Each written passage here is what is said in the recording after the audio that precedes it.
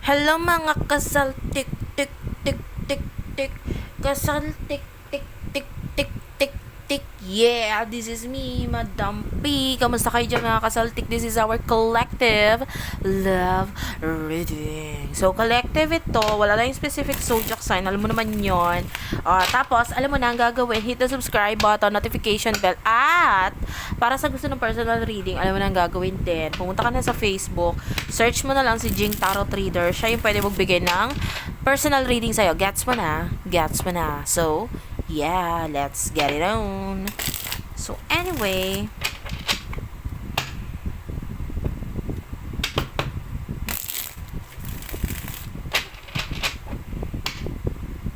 start na natin ng may wagang reading for our collectives.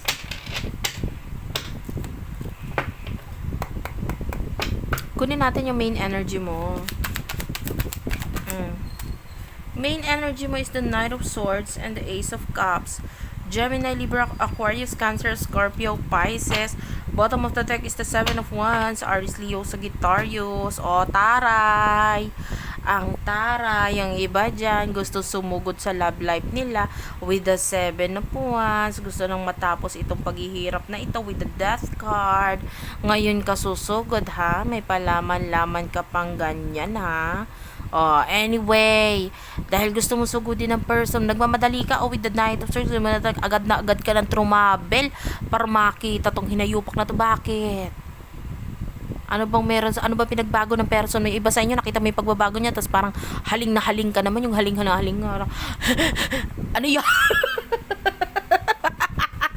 Ganun na ganun ka naman. Gusto mo naman agad promekta papunta sa person mo. O, diba? Mahal. Mahal mo yung person mo. Kung inaano, taktukan kita dyan. Mahal mo yung person mo kaya gusto mo mag-travel para sa person na ito. Iba sa inyo pwedeng may something na sa inyo, ha? Pwedeng magkarelasyon na kayo. Kung hindi man, pwedeng may connection. So, kung wala kayong connection ng person mo, this is not your energy. Kasi nandun na yung pag-aagad mo, eh. Nandun na yung pagiging atat mo, eh, dito sa person na ito. Ano ba yun? Ba't ka atat? So, anyway, sino ba itong person na kakonect mo when it comes to love? Alam mong mahal mo yung person mo. Pero, gusto mo yung matanggal yung distance. May distance, eh. Diba? Ayaw mo na long distance connection, relationship, etc. Gusto mo ano na talaga, go for the go. Ganun. Ano yung energy ng person mo? Sino tong hinayupak na ito? The Three of Wands, nami-miss ka din naman with the Three of Wands. Ay, mahal ka din with the King of Cups. Bakit nanonood ka pang tarot reading? Ay, hindi kita mag-gets. The world is here, so may distance sa inyo nitong person mo. Wala kayong problema sa totoo lang.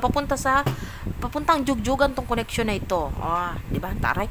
Walang problema, walang thrill. Tapusin na natin goodbye, so long farewell. Babush. De joke lang. Hindi pa natin tatapusin ang reading. Baka may something. Alamin natin. Iba sa inyo, wala ka naman talaga problema. Nakikinig ka lang dito sa tarot reading. Gusto mo lang sumaya kasi feeling mo sa akin clown. Di ba?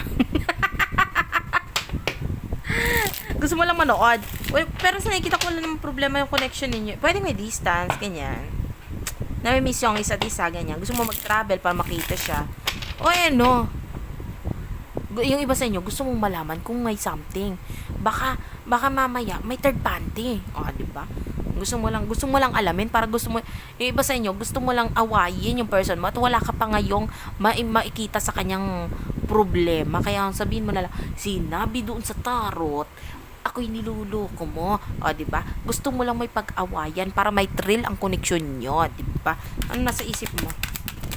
Adik ka ba? Yung totoo. The Eight of Coins is here. Alam mo yung gusto mong kumita ng pera na parang gusto mo matapos yung paglalayon sa inyo nitong person. Paano ka kikita ng pera? Nandyan nga ang pera. Ano ba talaga? The Seven of Cups. The Five, yung iba sa inyo may problema ka rin kinakaharap ngayon. Yun na nasa isip mo ngayon. Matapos tong problema mo ito. With the Four of Cups, parang hindi ka na masyadong sigurado. Mas sigurado ka pa sa person mo kaysa kung nasaan ka ngayon. Parang hindi ka na masyadong sure dyan. Bakit? Ang papangit ba ng kasama mo? Diba? Nasisi pa yung kasama eh. Sabihin mo doon sa employer mo, sino man yung amo mo dyan, sabihin mo, boss, hindi ko na kaya tumagal eh. Sabi naman ng boss mo, bakit? Ang papangit ng mga kasama ko. O, di ba? Nasisi pa yung mga kasama. Oh, anyway, ano nasa isip ng person? Yung iba sa inyo may literal na problema ka dyan. Kung nasaan ka ngayon, kaya gusto mo na rin umalis at pumunta dito sa person mo. Ano nasa isip ng person mo? 8 of Wands. Magulo na rin ang buhay nito. Ay, hindi ba? Sorry, hindi ba yung magulo yung buhay niya? Magulo na rin yung kanyang mga challenges ngayon. Hindi niya na rin alam kung paano aayusin. With the 8 of Swords, pwedeng may connection.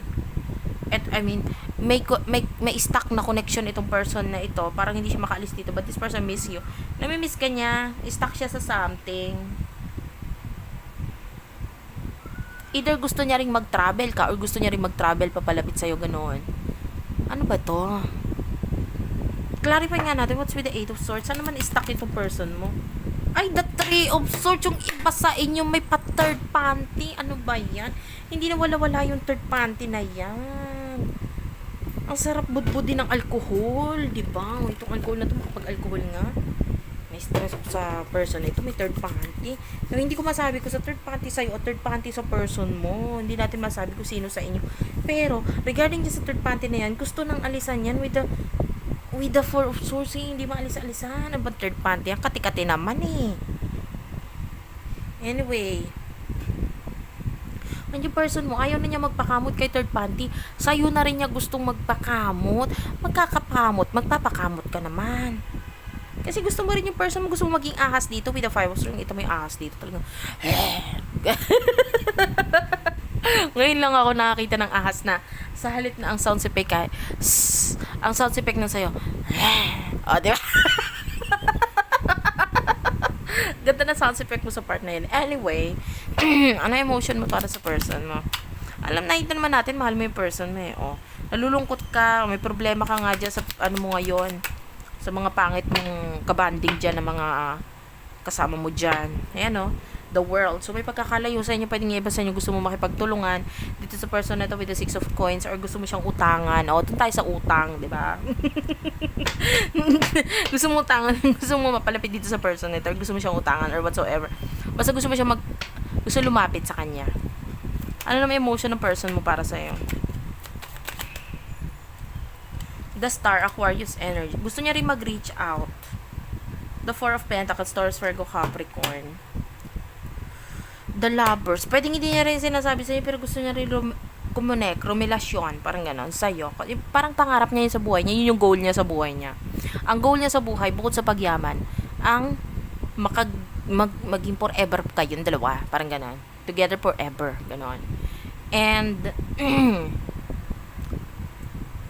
hindi nga, sa totoo lang, with the Star, ikaw yung pinaka-wish fulfillment ng person mo. Parang ikaw yung pangarap niya sa buhay. Parang ang tingin niya sa'yo, alam mo yung, kung nanonood ka ng fairy tale, yes, may pa fairy tale tayo today. Kung nanonood ka ng fairy tale, feeling niya, siya yung prinsesa dito, ikaw yung palaka. O, gets mo na. O,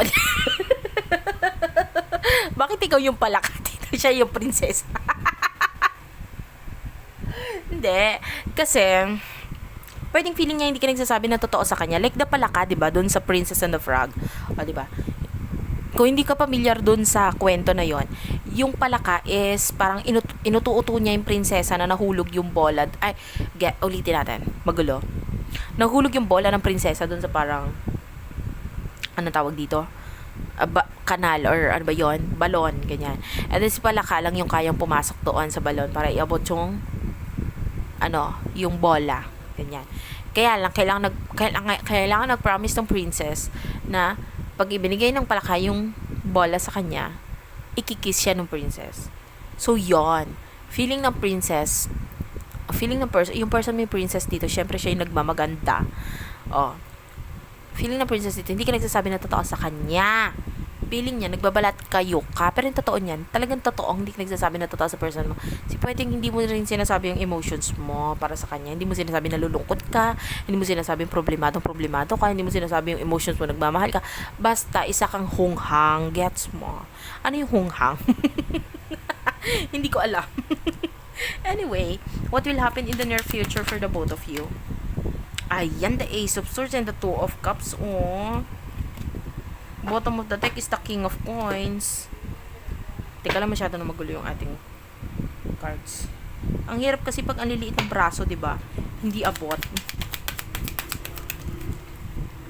The Devil, oh, the Ten of Swords. My gosh. Hoy. Kung may third party dito, pwedeng may third party kasi talaga the Three of Swords is there. Tapos nandito pa yung Eight of Swords. Kung may third party dito, pwedeng magkahiwalay sa third party. Tsaka yung person mo dito mas mukha pang palaka sa'yo. My gosh.